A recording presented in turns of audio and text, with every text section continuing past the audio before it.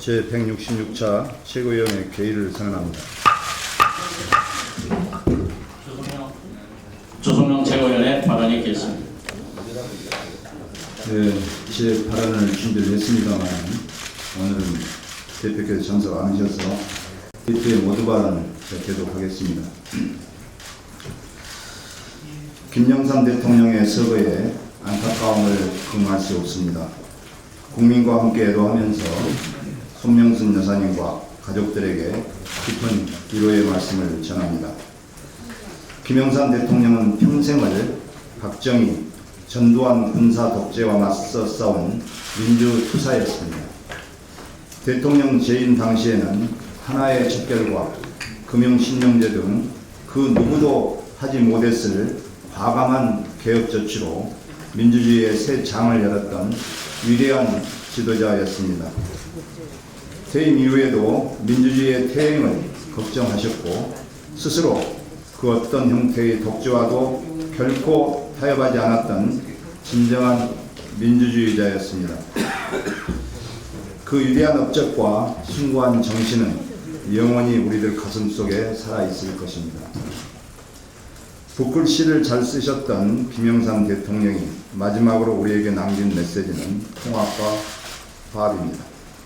그 뜻을 받들어 대결과 분열의 분단 시대를 끝내고 평화와 번영의 통일 시대를 열겠습니다.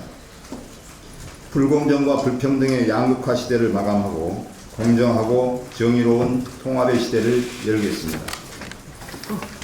안타깝게도 우리는 여전히 생존권을 요구하는 국민에게 살인적 진압을 자행하는 폭력을 목도하고 있습니다. 쉬운 해고, 비정규직 양산을 위해 노사정 합의조차 무시하고 노사정위원회를 무력화하면서 여당 상임위원 숫자를 마음대로 늘려 노동악법을 강행 처리하려는 오만과 독선을 보고 있습니다. 국민이 반대하는 친일 독재미와 역사 교과서를 만들기 위해 역사학자 90%를 좌파로 매도하고 불법과 조작을 일삼는 독재정치 회기를 보고 있고 독재를 찬양하면서도 독재와 맞섰던 김영삼 대통령의 정치적 아들을 자임하는 이율 배반의 정치도 보고 있습니다. 김영삼 대통령의 민주주의에 대한 신념, 독재와 맞선 용기, 국민 통합을 위한 포용적 리더십이 절실한 때입니다. 우리 당이 김영삼 대통령의 신념과 용기, 포용의 정신을 계승해 지금 대한민국에 처해 있는 심각한 정치적, 경제적 위기를 반드시 극복해내자는 말씀을 드립니다. 5년 전 오늘 북한의 연평도 포격 도발이 있었습니다. 북한의 포격으로 해병대원 2명, 서정우 하사와 문강욱 일병이 사망하였습니다. 또 2명의 주민이 희생하였습니다. 새정치민주연합은 5년 전 오늘의 희생을 잊지 않겠습니다. 다시는 이 땅에 무력 도발이 일어나지 않도록 해야 할 것입니다. 이상입니다. 이어서 이종걸 원내대표의 발언이 있겠습니다. 예, 김영삼 전 대통령의 서거에 대한 국민적 애도와 추모의 물결이 이어지고 있습니다. 이것은 김 전 대통령께서 평생 실천하신 의회주의에 대한 국민적 관심을 반영한 것이다라고 생각합니다. 국회를 12월에 많이 수확을 합니다. 그런데 왠지 올해는 작황이 좋지 않을 것 같다는 예감이 듭니다. 걱정입니다. 김영삼 전 대통령은 한국에는 통치가 있을 뿐이고 정치가 없다. 정치가 없는 곳에서는 민주주의가 없다는 말씀도 했습니다. 이것은 1973년 김대중 대통령, 당시 대통령이 아니었습니까? 김대중 납치 사건을 두고 박정희 정권의 행태를 비판한 발언 아니었습니까? 최근에 박근혜 정권에 또 그런 예감이 듭니다. 정부 여당이 여러 회의를 통해서 당정청 정책조정을 통해서 예산안 법률안 연계 처리론을 들고 나오고 있습니다. 일괄 처리 방식의 뒤에는 국회 후진화, 헌정사상에 의뢰 없는 물물교환 정치 의도가 숨어 있습니다. 이런 법률안 일괄 처리 주장은 여러 가지 위험이 있습니다만 예산을 배정하는 것이 하나의 시혜다라고 생각하는 것, 그리고 그동안 상임위 예결위의 논의를 무의로 돌리려고 하는 듯한 국회 무시, 그리고 무엇보다도 TK 편중 예산, 진박 출마 경력의 위기의 예산이 숨어 있다는 것들을 저희들은 주목하고 있습니다. 박근혜 대통령의 무상보육 공약의 번복이 차츰 현실화된 듯합니다. 2016년에도 3, 4, 5세 무상보육의 국가 책임을 제도로 했습니다. 영으로 했습니다. 한 푼도 편성하지 않았습니다. 11월 24일 서로 약속한 날짜에까지 이에 대한 입장 규명이 없으면 우리 당으로서는 그 뒤에 어떤 예산의 문제도 어떻게 논의할지를 저희는 아무런 계획이 없다는 점을 말씀드립니다. 요리과정 예산은 11월 24일까지입니다.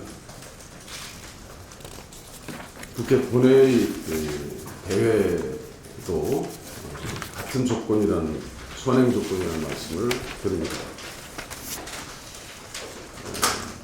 17일 합의문 제2항에는 한중 FTA 비준 동의안 처리를 위한 여야정 협의체를 구성하는 내용도 담겨 있습니다. 이미 이행했고 처리했습니다. 진행되고 있습니다. 정부 여당은 연내 처리를 강하게 강조하고 있습니다.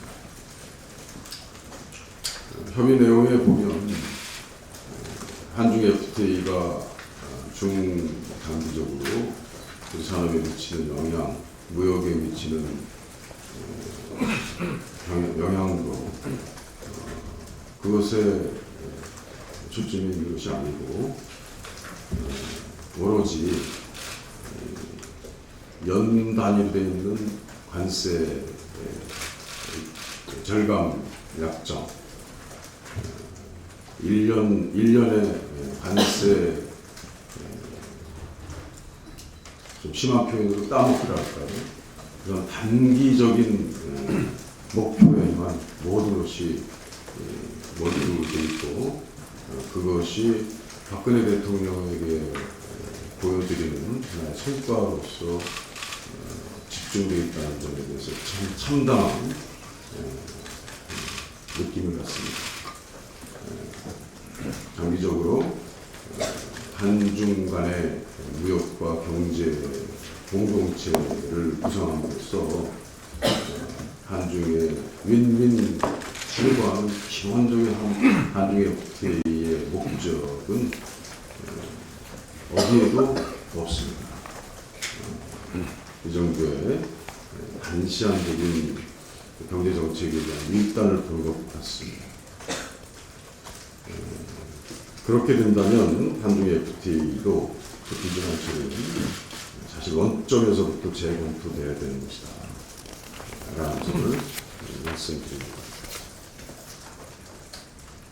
또 17일 합의문에는 시위와 진압 과정에서 나타난 문제점들을 안전행정위에서 현황 보고받은 후에 청문회를 거론했습니다.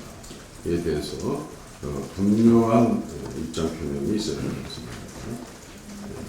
여당의 태도를 보면 합의사항을 정면으로 걷어차고 있는 듯한 느낌입니다. 이번 주 월요일서부터 주말까지의 정부 여당의 태도가 저희들의 입장을 결정하는데 큰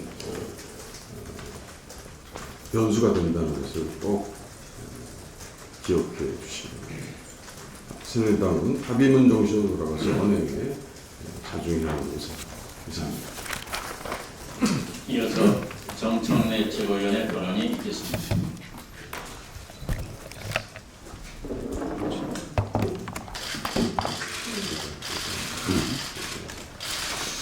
민주화 운동의 큰별 김영삼 대통령께서 우리 곁을 떠나셨습니다. 온 국민과 함께 애도합니다. 김영삼 대통령에 대한 공과는 있겠지만 오늘은 공만 말씀을 드려보겠습니다. 김영삼 대통령은 1979년 신민당 총재 시절 생존권 보장을 위해 투쟁하던 YH 노조원들에게 신민당사를 통째로 내어주고 함께 투쟁했습니다. 박정희 정부는 경찰을 당사로 투입해 노조원 1명이 사망하고 노동자, 기자, 의원 등이 폭행을 당하는 일명 YH 사건이 일어났습니다. 이로 인해 김영삼 총재는 가택에 연금되었고 결국 국회에서 의원직 제명이라는 초유의 사태도 고초도 겪게 됩니다.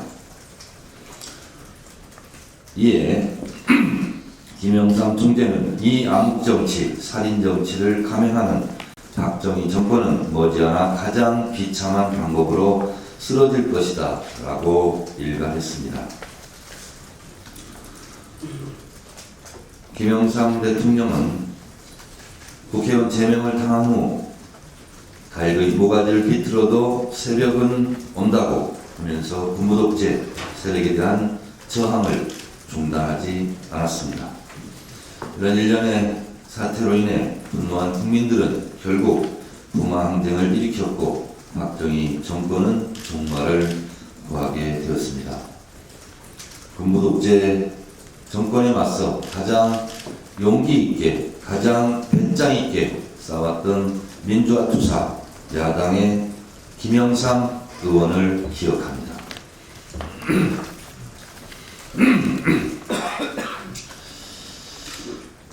11월 14일 민중 총궐기에 대한 사상 최대의 진압작전, 박근혜 정부에게 묻습니다. 지금도 백남기 선생은 서울대 중환자실에서 사경을 헤매고 있습니다. 11월 14일 민중 총궐기에 대한 경찰의 진압은 가히 사상 최고라고 할 만합니다. 동원된 경찰 병력은 248개 중대 2만 명에 달했고 이는 경찰 1명이 12대 3.4명을 담당했다고 합니다. 경찰 보유 살수차 전국에 있는 19대가 총동원되었고 경찰버스 679대, 캡사이신 분사기 580대가 동원돼 사상 최대 군사 진압 작전을 방불케 했습니다. 백남기씨를 쓰러뜨렸던 충남 살수 9호차 사용 결과 보고서에 의하면 18시 50분경부터 19시 30분까지 종로구 서인교처럼 노상에서만 40분간 무려 4,000리터를 쏘았는데 이는 2014년 한 해 동안 경찰이 사용한 살수량과 동일했습니다. 이것도 모자라 경찰은 집회 이후 CBS에 출연해 방송에 출연하고 있는 백남기씨를 도왔던 사람의 신원을 방송국에 요구하는 사상 초유의 무리함까지 다행했습니다. 또 그리고 안산경찰서 수사과 진흥팀에서는 홈플러스 안산점, 한국가스기술공사 경기지사, 한국가스공사 가스기술연구원, 한국가스공사 경기지역본부에 노조원 명단을 제출하라고 압력을 가했습니다. 이는 스스로도 잘못된 것이라고 인정했습니다. 이것은 개인정보보호법 제71조 3호에 따라 5년 이하의 징역 5천만 원 이하의 벌금을 물게 되어 있습니다.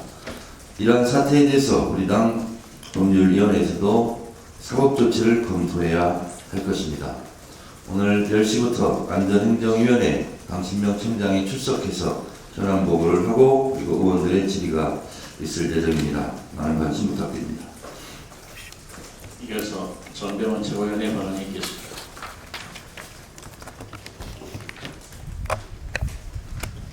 김영삼 전 대통령의 서거를 국민과 함께 합니다. 민주 60년 창당 기념사업 추진위원장으로 3당 야합 직전까지 야당 총재로서 김대중 선생과 함께 민주화 투쟁과 직선제 개헌의 중립적 열망 이끌어낸 업적에 대해서 다시 한번 존경과 자긍심을 갖게 됩니다. 마침 지난 토요일 밤늦게까지 우리 60년사를 정리를 하는 그런 토의를 하면서 당시 시민당 총재로서의 김영삼 총재의 민주화 업적에 대한 평가를 좀 더 상세하게 기록하자라는 그런 이야기가 있었는데 그 이야기를 끝내고 온 지 불과 1시간여 만에 김영삼 대통령의 서거 소식을 접하게 되어 참으로 안타깝고 애통했습니다. 특히 김대중 선생과의 경쟁과 갈등 속에서도 두 분은 야당 정치사의 승복 문화라는 큰 교훈을 우리 후배 정치인들에게 남겨주었습니다. 1971년 대선 경선에서 패배한 후 김대중 씨의 승리는 곧 나의 승리라고 선언하면서 전국을 누비며 지원 유세를 다녔습니다. 국민들 사이에 아름다운 승복이라는 찬사를 받았던 일화가 지금도 생생합니다. 현대사의 두 거물이 결국 민주화와 정권교체라는 결실을 이뤄낼 수 있었던 것은 서로 존중하고 그리고 승복하는 문화에 있었음을 되새겨야 할 때라고 생각합니다. 지금 우리 이 당이 그 정통성을 잊고 있음에도 불구하고 적어도 당내의 승복 문화만큼은 그 당시보다도 오히려 후퇴했다라는 자책과 자괴감을 갖지 않을 수가 없습니다. 또한 김영삼 대통령은 당시 조선 총독부 건물을 철거하는 등 역사 바로 세우기에 누구보다 앞장서고 추진을 해왔습니다. 그런데 지금 박근혜 정부와 여당은 국정교과서로 오히려 역사를 왜곡하고 역사 불절시키기에 나서고 있습니다. 역사 왜곡에 가장 앞장서고 있는 현재의 여당 대표가 과연 김영삼 대통령의 정치적 아들이라고 자처할 수 있는지 한번 돌아볼 일이라고 생각합니다.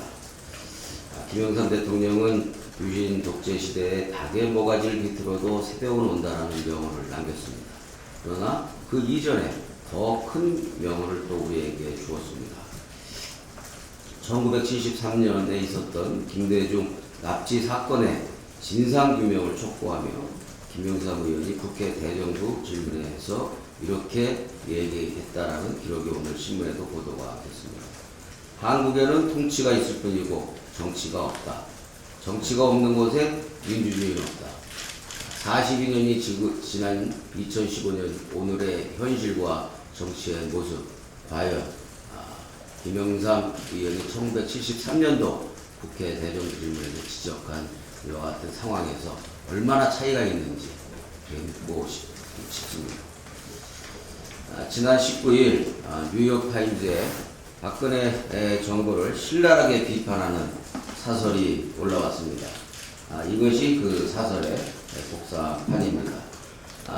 여기 사진을 보시는 것처럼 시민들을 향해 물대포를 쏘아대는 그런 사진과 함께 국정교과서, 노동계약법, SNS 통제시도까지 종합적으로 지적하는 통렬하고 신랄한 비판이었습니다. 이 사설은 기자가 김명호로 쓴 것이 아니라 뉴욕타임즈 편집국의 이름으로 뉴욕타임즈 전체의 명예를 걸고 게재를 한 것입니다. 여러 가지 지적이 있지만 가장 중요한 지적이 여기에 있습니다. 한국의 국제적 명성의 가장 큰 위험은 메르스로 인한 경제적 타격이 아니라 역사를 다시 쓰고 반대 의견을 묵살하는 대통령의 가혹한 정치적 시도다라고 이렇게 결론을 짓고 있습니다. 우리보다 오히려 더 날카롭고 정확한 지적에 참으로 숙연해집니다. 여야를 떠나서 한국인이라면 마치 발가벗겨진 듯한 부끄러움을 느끼지 않을 수 없는 정확한 지적입니다. 이번 뉴욕타임즈 사설은 박근혜 대통령의 반대 의견을 묵살하는 가혹한 정치로 민주주의가 사라져가고 있음을 엄중하고도 정확하게 세계의 메시지를 전하고 있는 것입니다. 여당 대표가 말한 21세기적 국제 망신은 노동계의 시위가 아니라 오히려 그 노동계의 표현의 자유를 구시대적으로 가혹하게 탄압하는 글로벌 스탠다드를 훨씬 벗어난 야만적인 탄압 행위에 있다는 것을 이 뉴욕타임즈 사설과 한 장의 사진이 의견하고 있습니다. 여당 대표는 다시 한번 성찰해 볼 것을 촉구합니다. 이상입니다. 이어서 유승희 최고위원의 발언이 있겠습니다.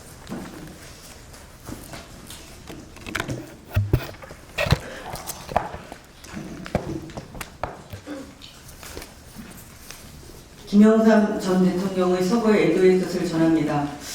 김대중 대통령과 함께 대한민국의 자랑스러운 민주주의를 이룩하는 데 함께 투쟁하셨고 후진국형 군부시대를 끝내고 문민시대를 연 장본인이십니다. 하나회를 척결하고 군부독재의 잔재를 청산해서 정치적 민주주의를 진전시켰고 특히 금융실명제를 실시해서 경제적 민주화에 큰 획을 그었습니다. 고인의 명복을 빕니다. 고 김영삼 대통령께서 당모가지를 비틀어도 새벽은 온다 라고 말씀을 하셨습니다. 2015년 지금도 우리에게 큰 울림을 주는 말씀입니다. 지난 주말 경찰이 불법 시위 주도를 명분으로 민주노총과 선별노조의 압수수색을 단행했습니다. 합법노조로 인정받은 이후 16년 만에 처음 있는 일입니다.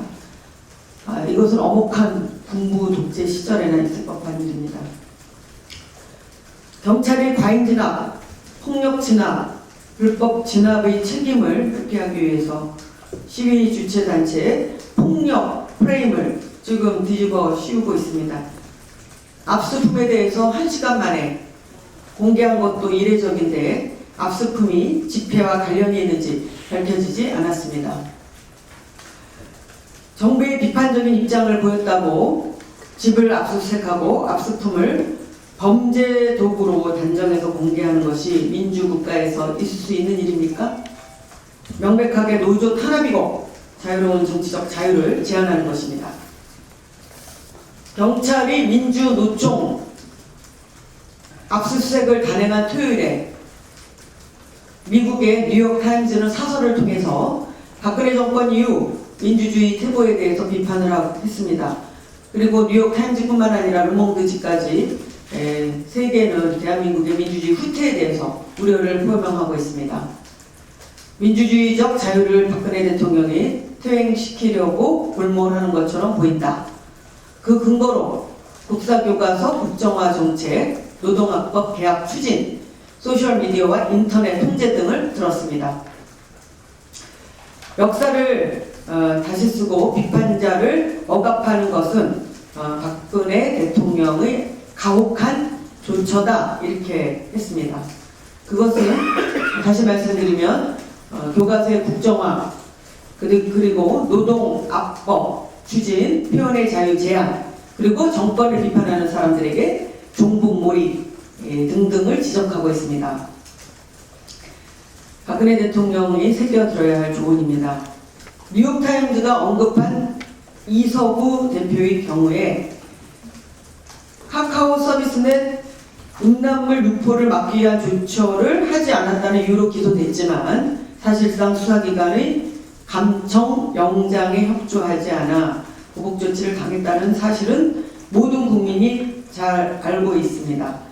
정권의 비판적인 집회에 참여했다는 이유로 도로교통법, 공무집행 방해 등을 적용해서 우회적으로 기소하고 박근혜 대통령을 풍자하는 그림에 대해서 외국 전시를 간접적으로 방해하고 대통령 풍자 게시자를 찾아내어서 재물 손괴 혐의로 수사하고 벌금을 부과하고 있습니다. 이것이 민주주의 국가에서 있을 수 있는 일입니까? 게다가 박근혜 정부는 지난 14일 민중 총궐기 집회에서 발생한 경찰 피해에 대한 민사상 책임을 묻기 위해서 지금 준비팀을 꾸렸다고 합니다. 또다시 정부의 비판적인 국민과 고소고발 전쟁을 준비하고 있다니 매우 개탄스럽고 한심한 일입니다. 2008년 촛불 시위 때도 경찰이 시민들을 상대로 소송을 했는데 결국 패소했습니다. 또다시 소송으로 시민을 겁박하고 집회와 결사의 자유를 억압하는 전형적인 수법을 반복하고 있습니다. 외신에서조차 우려하는 민주주의의 퇴보에 대해서 심각하게 받아들여야 할 것입니다. 박근혜 정부는 경찰의 물대포 직사로 지금 중태에 빠지신 백남기 농민에게 사죄를 하고 과잉진압, 불법진압, 폭력진압, 살인진압을 방지할 대책을 마련해야 할 것입니다. 김무성 대표와 서청원 최고위원 역시 서로 경쟁적으로 김영삼 전 대통령의 정치적인 아들 그리고 상주임을 자처하고 있습니다만 닭의 모가지를 비틀어도 새벽은 온다는 말씀을 가슴에 새기길 바랍니다. 한 말씀 더 드리겠습니다. 최근 대법원 전원합의체에서 대형마트 영업규제 합법 판결을 내고 헌법 119조 2하 경제민주화 조항을 적용했습니다. 이는 매우 의미 있는 판결입니다. 700만 소상공인 영세상인 보호와 경제민주화에 대한 요구에 부응한 것으로 적극 항의를 하는 바입니다.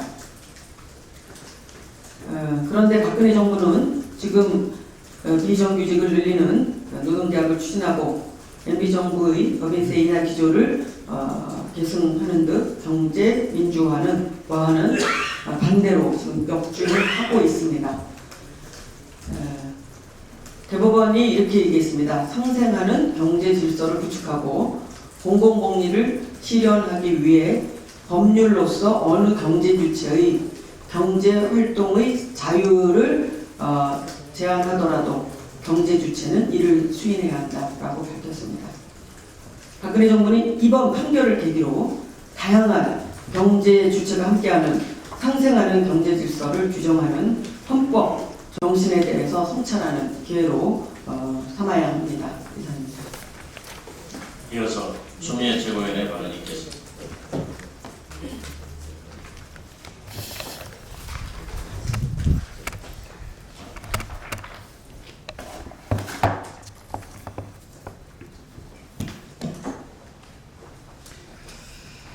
어제 사과하신 김영삼 전 대통령께서는 독재에 맞선 용기의 정치인의 표상으로 남으실 것입니다. 우리 정치사에 훌륭한 유산을 남기셨습니다. 민주주의의 시계가 거꾸로 돌아가고 있는 이때에 크다란 일깨움과 대우 각성해야 한다는 것을 우리에게 던지셨습니다. 특히 김대중 대통령님과의 사이에서는 경쟁할 때는 하더라도 국민을 위하고 이 땅의 민주주의를 이 땅의 민주화를 위해서라면 힘을 합쳤습니다. 이렇게 큰 정치, 울림이 있는 정치를 우리는 배워야 한다고 생각합니다. 말씀을 마치겠습니다. 네. 앞서 우리 주최국께서도 말씀하셨지만 오늘 5년 전에 있었던 북한의 연평 포격 만행적 도발에 대해서 다시 한번 규탄하고 우리 전사자와 희생자들에 대한 추모를 다시 한번 기립니다. 북한의 이와 같은 만행이 결코 앞으로 우리 한반도 내에서 다시 도발되어서는 안 될 것이고 이와 같은 도발은 더 이상 우리 국민과 우리 군에게 용납될 수 없다라는 점을 강력하게 규탄하며 경고합니다.